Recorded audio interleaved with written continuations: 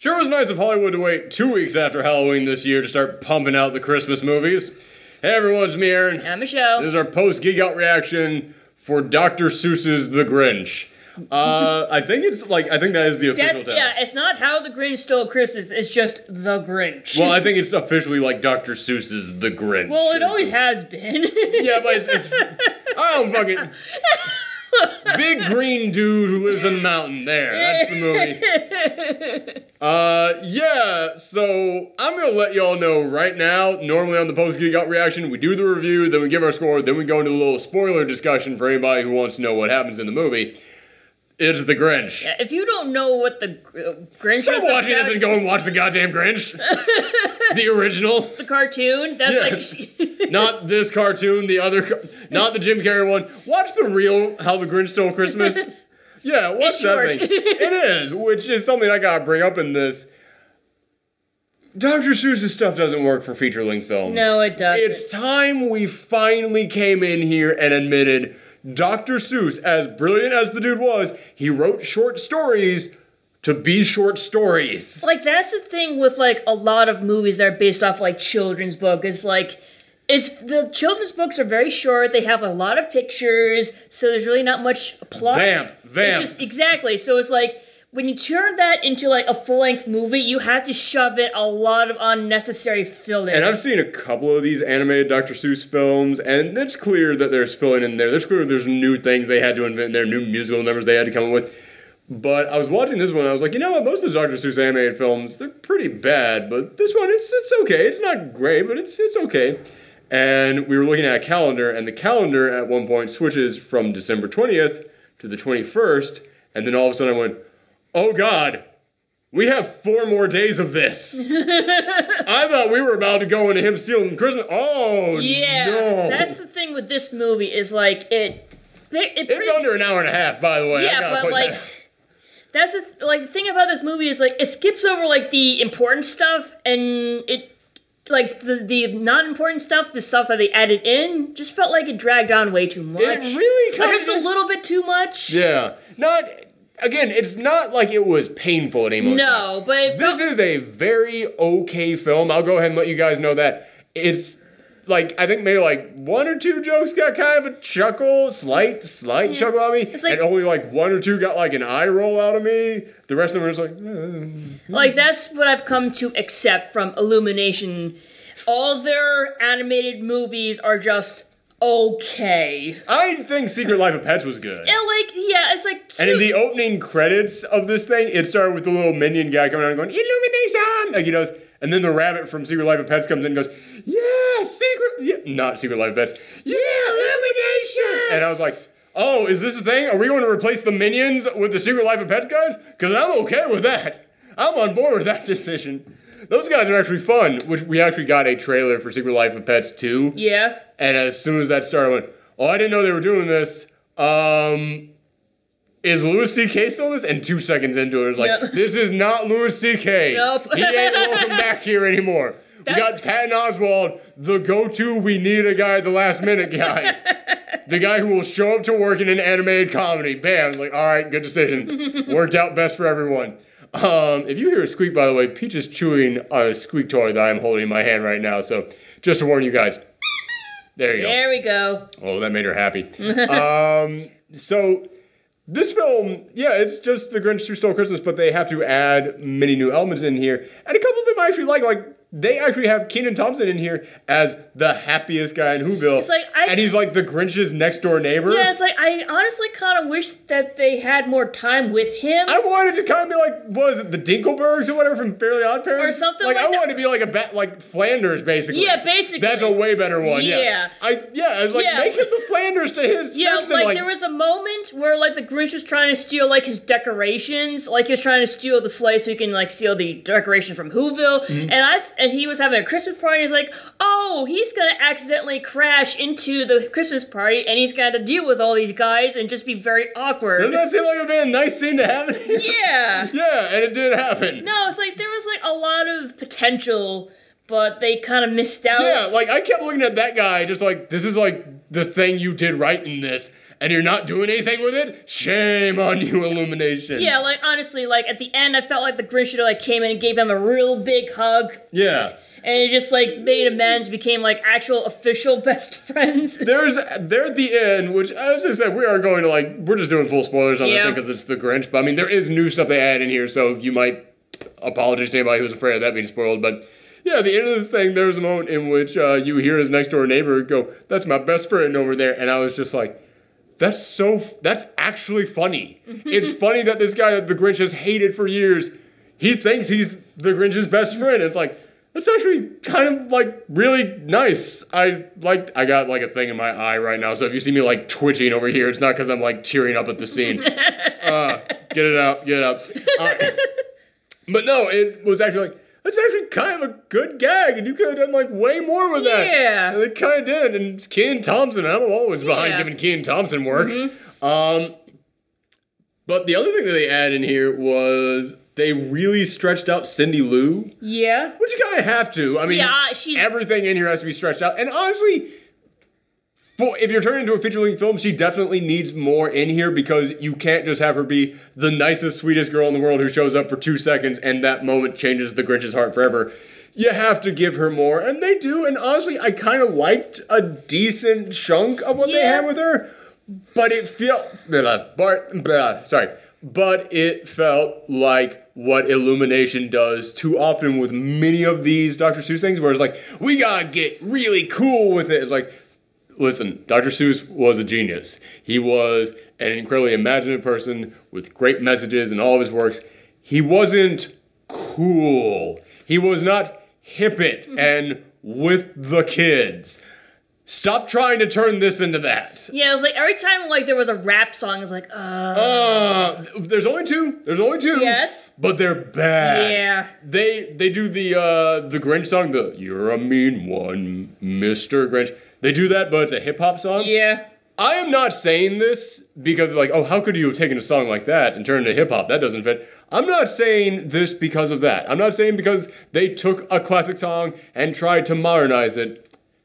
This is a bad song. Yeah. And I say that because it's a bad song.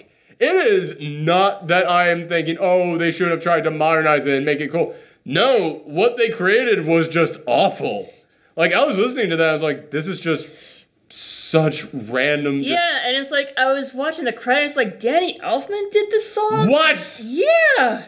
I'm like, oh no, how could you? That at least explains why it's bad, because I love Danny Elfman, but he's not hip-hop. No. Danny Elfman is not street. No, but it's like, that at least explains why it was an awful hip-hop song. Well, it's like, who's the rapper who did, like, the Pharrell. Yes. I saw him in the credits. Yes, he was the one who sang the song, so it's like, I guess Danny Elfman was trying to, like, cater to his taste and, like, Illumination's there is also a song at the end that basically sums up everything that happens in the movie, and that one is written and sung by Pharrell, and that one, it's not great, but it's so much better than the Grinch remake that we got in there. So yeah, they should have just fucking handed it to Pharrell. Yeah. Yeah, I mean, if they're gonna do rap, hand it over to a rapper, like... Is Pharrell a rapper? I think he's more just an R&B guy. I guess so, but it's like basically in that same category, sort of. Or... I'm not touching any more of this. Anyway, but yeah, so the rest of this movie, what they do with Cindy Lou is that her mom is single and she's got like twin baby brothers, and the mom is just being run ragged. And Cindy Lou's wish is that she wants Santa to just help her mom. And I was like, okay, that's sweet. And also, it gives like something that. Basically, the Grinch, his whole thing is that, oh, well, the people of who, it's all about greed, it's all about the gifts and all this, so it gives him, like, something that could warm his heart. It gives him someone that when he eventually meets Cindy Lou, she'll have motivation that's like, oh, you're actually caring about others. Wait, what? It's Spirit of Christmas, heart grow 3 times in size. Yeah, it's one of those things that actually felt like a smart decision in here. Yeah. But the execution of it is kind of just what Illumination does. Yeah. Because, like, she has to get her whole crew of friends together. And first she has one friend who's helping her out. It's like, that guy's kind of okay. He's kind of fun. He's kind of nice and everything. Then she has to get a whole team together. And I don't know what they were thinking with these. There's one girl there who she's like a mathematician with giant goggles on. It's like, all right, she's nothing. She's fine. But there's a kid there with a like candy cane in his mouth the whole time, and it's supposed to be a cigarette. And the first time that pops up, I thought it was a blunt. Like it really looked like one to me because the candy cane was at an angle where you couldn't see the curve of the cane. It just looked like a stick in his mouth that got really big at the end. I was like, what the fuck? What? But then he turns and has a candy cane. I was like, oh, okay, all right. I don't know if you did that on purpose, Illumination. But yeah, he's just chewing on a candy cane the whole time, and he's like Muggsy from the Looney Tunes was like, yeah, hey, nice Christmas tree. Yeah, sure would be a shame if anything happened to it. Like, he doesn't actually say that, but, no, like, but he's got that attitude the whole time. And I just kept looking at him. I was like, what movie are you in? What? None of this matches the tone of anything else in this movie. And especially not the tone of, like, Dr. Seuss. Yeah, it's like, especially, like, a Christmas movie. Yeah. And there's another one there who's like basically the exact same as him, but taller. Yeah. And yeah, the two of them, I was like, who the hell thought this was funny? And like, they didn't really even do it. They had no purpose. She was like, we gotta get everybody together. Why? None of them did anything. They were there for jokes. And like I said, there's the girl with the giant goggly glasses, and she's like a mathematician. She doesn't do anything except say, yeah, okay, we'll help. But then when it comes time for like Christmas night when she's going to bed, she's like, okay, Christmas is this many minutes away, which means this many seconds. Okay, and go. And it's like, okay, well, that's apparently your gag, which you decided to save until the last possible second you could give her a personality trait. Yeah, they were not important at all to this. It just felt like, screw it, stretch. We need more time. We're only at an hour and 20 minutes here with the credits.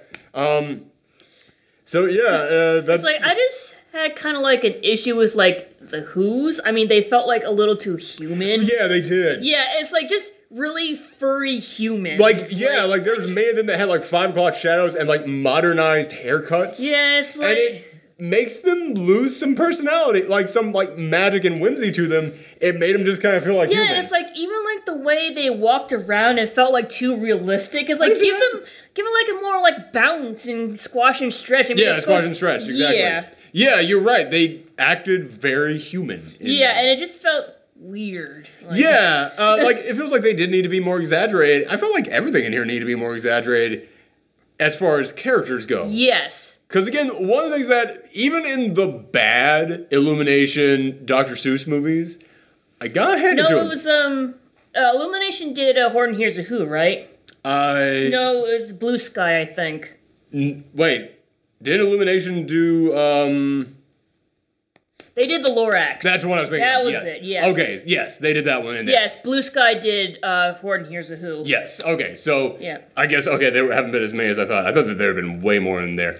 There have been a bunch of live action ones, but as far as the animated ones go, okay, so... Yeah, they're no... So, in other words, even in the Lorax, which I thought was a bad film, they at least get the imagination of the designs down. And I still give them that in this. Mm-hmm. They are actually really creative with all the new stuff and like all the inventions that they have to come up with in the way that they make it match like Dr. Seuss's imagination. Like that's something that I do have to give Illumination on these.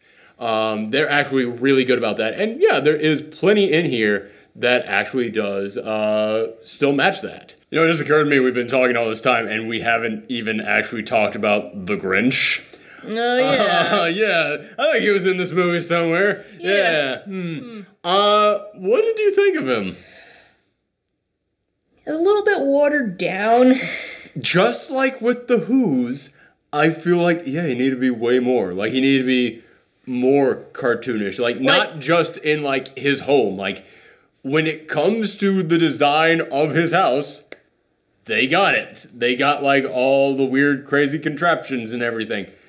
But when it comes to him, it was like, is this really the Grinch, or is it just kind of a guy who's slightly grumpy? Yeah, exactly. I mean, like, the Grinch is supposed to be, like, this really mean, nasty, slimy, grimy. Like, he even looked too clean. Like, he lives up in a mountain all by himself, and, like, he has, like, nice, clean, green fur and He looks very merchandisable. Yes. Yeah. I think that's the problem. It's like Illumination makes everything look nice so they can sell it, and as a result, it kind of loses character. They also make it look like, well, we want people out there to like this. Like, we're afraid that the Grinch might not be likable enough in this film. It's like we like the Grinch because he's so nasty. It's like we love to hate him. Like yeah.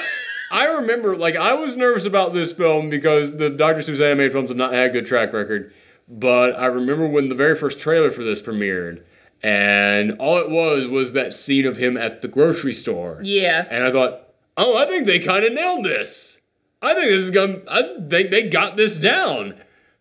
That is the worst that he is in this entire movie. Like, he is so much better than what we've seen of him in any other interpretation. And they try to give him a backstory, which, again, you gotta stretch this out, and you need to give your protagonist some dimensions to him, so he needs a backstory. I think they went too far with the backstory, because now I kind of look at everyone in Whoville as like, yeah, fuck those guys. I feel like the Who's in the Jim Carrey movie were like way worse. Like I didn't see that one. All right, so like we'll do that for the retro review. We're not doing a retro review. Okay. Yeah. I thought you said you wanted to do a retro review. I said we could have done a retro review before this. Oh. This is not before this. Oh, well, I thought like maybe... We're going to do a retro review. It'll be out sometime before The Grinch hits theaters. Oh, well, I thought you were going to do like a Christmas review for December. Maybe we will. Yeah. We're not playing out my entire schedule while we're live on camera. But yeah, so how were they worse than that one? Like they basically ridiculed him and like forced him out into exile. Like okay. Okay, because in this one, it's that he grew up in an orphanage with no parents, and you see him, he had like no Christmas tree, no presents when he was growing up, but he would always like look out and see everybody else being happy. And yeah, you kind of look at that, it's like, so nobody like invited him to the big party, like no one ever like went, hey, let's check on the kid in the orphanage. Like not even the people who ran the orphanage ever checked on him. Yeah, it's like, oh, sorry, it's Christmas, we gotta go home, bye. Yeah, it's like, all right. Like, yeah, you kind of do look at it, it's like, okay,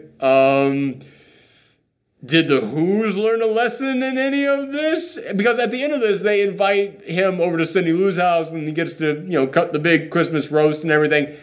And he was talking about how it's like, I'm finally not alone at all. And I kind of looked at it, it's like, yeah, could no one have invited him to this stuff? But at the same time, I think that they were trying to say he could have gone to this stuff if he wanted to. He was just too grumpy about the whole thing. Also, I think he's like just has some social anxiety. Like, if you notice, I think you're giving Illumination way too much credit. Well, I don't know. It's like when he like accidentally like ran into town when they were lighting up the Christmas tree. He was like, it looked like he was starting to have like a panic attack. Okay, so. There's a little bit of that. I can see that. And like in the end, when he actually does go to the Christmas party, he's like, oh, what if they don't like me? What if they hate me? Like, yeah, which again makes him way too nice. Yeah, they try to make him way too relatable. He just seems like some guy who's socially awkward and suffers from depression. Or yeah. Which, I mean, don't get me wrong, it's kind of nice to put that in a kid's movie so that kids can kind of learn about this sort of thing, but it's the Grinch. This ain't the movie to do that in. Yeah, so maybe that is what they were going for. I don't know, but if they were, like, again, like, lean into it a little bit harder, and I don't think that like, nothing in this film is leaned into hard enough. Except for, again, I'll say, like, the imagination and, like, the designs and stuff, because, like, the entire sequence of him stealing Christmas, I gotta hand it to him. That was actually pretty damn cool. Yeah. I gotta give it to him. I just wish there was more of that, to be honest. Like all the cool scenes, those seem like cut short, and like all the uninteresting parts just dragged out too much. I can understand it, yeah, but the whole sequence of him stealing Christmas, I was like, this is what Illumination, like, this is where they excel when it comes to these Dr. Seuss things, because I kept like waiting for that moment where they screwed it up. I kept waiting for that moment in which it was like, oh, he starts doing like Matrix moves to like get around stuff, or like they keep referencing shit from like 20 years ago because that's what the kids are into.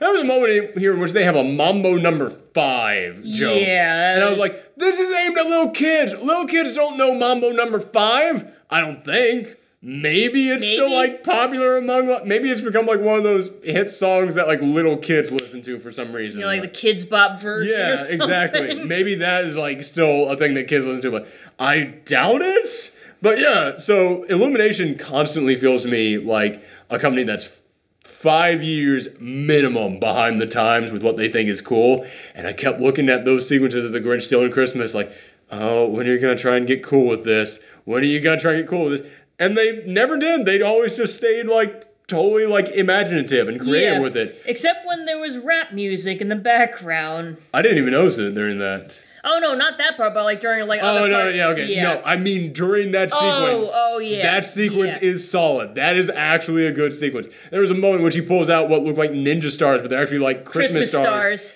And I was like, don't do like ninja, like don't do like wah, wah, wah. Like don't do any of that stuff. I know you want to. But no, he threw them and then they like spread out like little like strings that wrapped around the tree so that fell over. It's like, okay, that's actually just kind of a cool thing. It's kind of a cool creative thing for him to do. Or there's like a whole sequence that shows like 3 different versions of his sled like going through town. And it's meant to be just like overlaps. Not like he has multiple sleds, but it's showing like the progression of time. And it's 3 different sleds all in like one sequence as it pans across town, like going across the town. And they're each like stealing stuff in different ways or moving from the roof in different ways. It was actually really good. I gotta hand it to him on that. That's the best thing that they did in this entire film.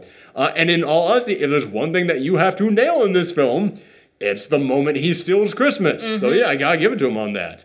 But yeah, this film, it's just really kind of watered down and it is stretched out way longer than it needs to be. I mean, there was a moment here which they introduce a reindeer. Yes. He gets a reindeer for the sled, which he never had in the story or in the short. And it's this big fat reindeer, and there actually is kind of a decent joke about, well, Santa had 8 reindeers. Looks like he ate the other 7. So I was like, okay, that's actually not a bad joke. I'll give you that one, I guess. Yeah, that's like the max like limit that you get in terms of like enjoying the jokes. And it's like, that's okay, that's fine. But in all honesty, aside from like the, hey, I'm the kid with the candy cane in my mouth, aside from that kid, like there's nothing in here that really made me like roll my eyes or anything. Like there's a moment in which Cindy Lou is like sledding downtown and it's trying to be cool. I was like, it's not, don't be cool. Don't be cool. Just be Seuss. That's all you gotta be. I got a little bit of an eye roll, but yeah, nothing aside from that really. You look like you're thinking of one moment in particular. Oh no, I was looking down at Peach. Peach, okay, at the dog, okay.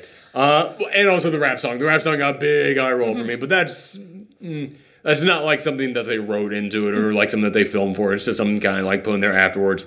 But so yeah, we need more stuff like that. But the reindeer, sorry, the reindeer comes in here, and then you get like 10 minutes of the film where he's now got a reindeer with him and they're prepping for the reindeer to go in there. Yeah, it's like, oh, so they're actually going to have a reindeer for this? So changing that all up, and then suddenly the reindeer has a family? Yeah, out of nowhere, the reindeer he got has a family come up to him and then the Grinch is like, oh, okay, and then lets him go and he's just gone. And he does come back later in the film, but for another thing that they had to add into the movie to add some stakes in there. It's like, I think the whole family thing is just like rub it in the Grinch's face that he doesn't really have anybody. I feel like that was in there too. Like, it makes sense for that, but it wasn't necessary. No, it wasn't. So they really introduced a character just to fill up 10 minutes of the movie. Because they really just needed to fill up 10 minutes and probably sell toys. Oh, yeah. Yeah, he definitely looked like one of those big cuddly stuffed animals that like kids would like want to hug and everything. Yeah. Oh yeah. Speaking of his like pets, Max in here. I remember Max in the original. He wasn't like an abused dog or anything, but like he was the pinky to his brain. Yeah, he was just kind of like he's getting no respect at all. He was just kind of like the average everyday man who has to like deal with this miserable Grinch. Yes. So he's called it for a reason. But in here, like, Max is super upbeat the whole time, and the Grinch is actually like caring about Max. And I get it, you can't give us an 1.5 hour long film of someone being shitty to a dog until the last 10 minutes of it. But that kind of takes away from the, like, again, the Grinch is way too likable in this thing.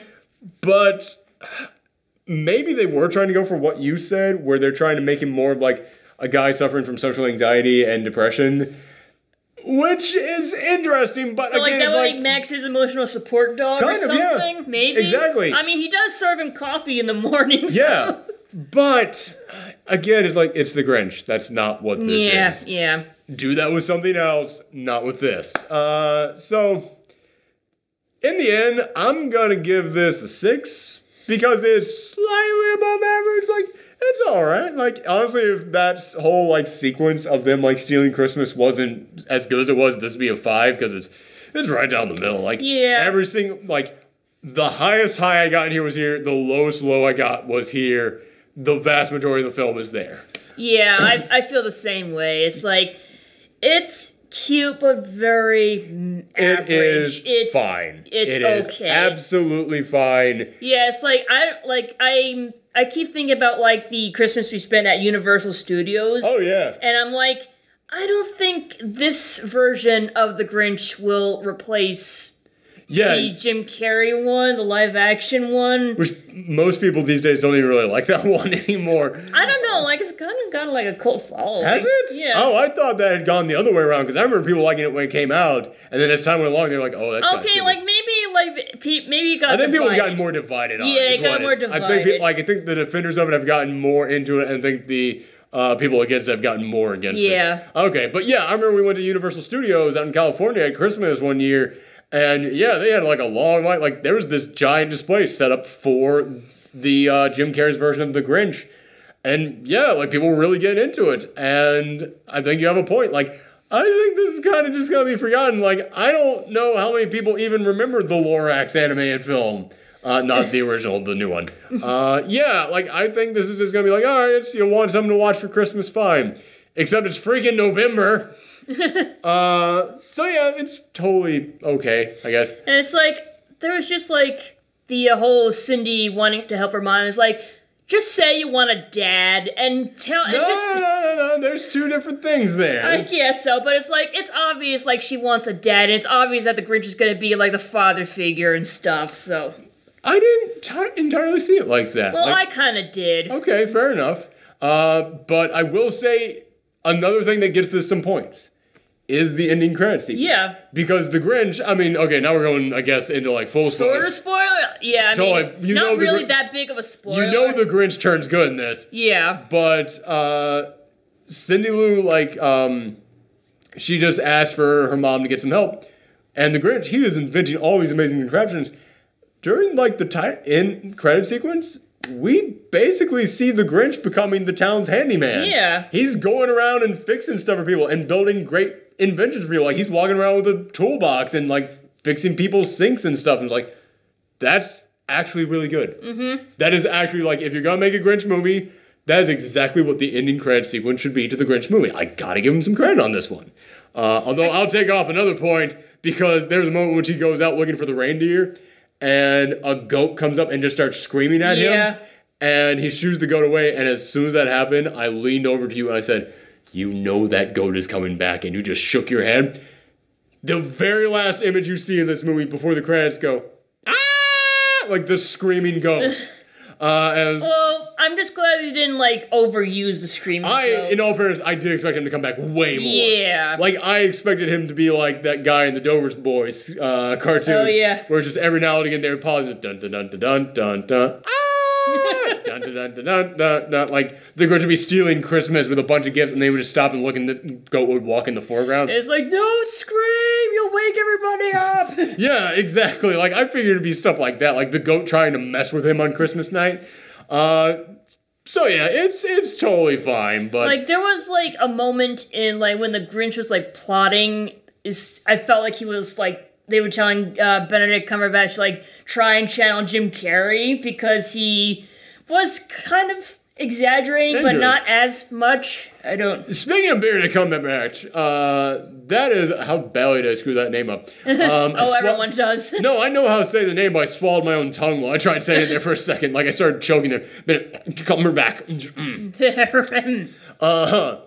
But speaking of that, his performance as the Grinch in here is the perfect embodiment of what is wrong with this movie. because Benedict Cumberbatch is the perfect guy to play the Grinch. He is absolutely number one. They nailed that casting. And they toned him down so much. Like, one thing that I did learn about this is that Benedict Cumberbatch is not like most British people doing an American accent. Because most British people, when they do an American accent, like Charlie Cox on Daredevil, whoever that guy is that plays Iron Fist, and especially Henry Cavill, whenever they have to do American accents, they always do that thing where they have to cut every line short so that way they don't have that British rolling tongue that goes from one word to the next. They have to cut all their words short. And I'm not saying that they can't be good actors while doing that. I'm just saying it's real obvious when they're doing it. I noticed it a little bit when he was playing Doctor Strange. I didn't notice it at all in this. He actually covered up his attempt to do an American accent like perfectly in here. That being said, let that brother use his British accent. Seriously, we would have been fine with a British Grinch. I don't think anyone would have been opposed to that. And also, he's doing like this really like nasally voice. Yeah, he's it's like the Grinch. And I'm like, this was the dude who played Smaug. And this is the guy who played Sherlock. And both those guys just had very deep voices. That is exactly the voice that you should be doing for the Grinch. I mean, the original Grinch was voiced by Boris Karloff. So, yeah. So it's like, he's supposed to be all gruff and miserable. Yeah, exactly. I mean, even Jim Carrey tried his best. Got a little bit deep in it. It's so weird seeing a guy who has such a perfectly, like, velvety, deep voice. And it's like, we'll make him nasally. And it's like, all right, he's doing what they told him to do well. I'll give him that. Like, but because why are you doing it? I feel like I'm watching like a young version of the Grinch, like before he became miserable and gruff. Yeah, which honestly, when I saw the initial poster for this, I thought it was going to be like a prequel to the Grinch. I thought that's what. Really? Because he does look younger in there. In fact, I think one of the initial posters is him as a little kid. Yeah. So I think that's why I thought it was going to be a prequel. Also because I was like, yeah, we already did a live action movie of this, and we already have the animated film. Well, now we need the full length animated movie. Exactly. So we got to cover all our bases. Yeah, like we could make the film about how he learns to hate Christmas, but then at the end he like gets Max and he's like nice to Max, so we kind of get like, his heart kind of like grew a little bit there. So all right, so this is the prequel to it where like he gets that little bit of good in him. But no, it's just the Grinch all over again. Mm-hmm. But yeah, it is. Him as the Grinch in here is exactly what is wrong with this film, is that you got something really good right there. Oh, yeah, you're not doing really the correct thing with it. Oh. Yeah. Yeah. But yeah, I do still think that there is slightly more good than bad in here. Yeah, it's just very mediocre, just average. But yeah, when I say that, it makes it sound like there's peaks and valleys in here. It's like, no, it's more of like a speed bump every now and again. Yeah. Speed bump on a very... Like, it is like standing in, like, Kansas, and you just look out across a field, and there's, like, one tiny little hill way down there. It's like, that's what this movie is. It's like, all right, fine. But that's it. Make sure that you come back tomorrow when I will be reviewing the complete polar opposite of the Grinch, Overlord. So, for anybody who brought the kids into the room for this review, why? Because we curse during these things. But especially don't come back for that one. I don't know if you'll be joining me for that one. Maybe, we'll see. Maybe we'll see. But yeah, come back for that. Bye, everyone. Bye.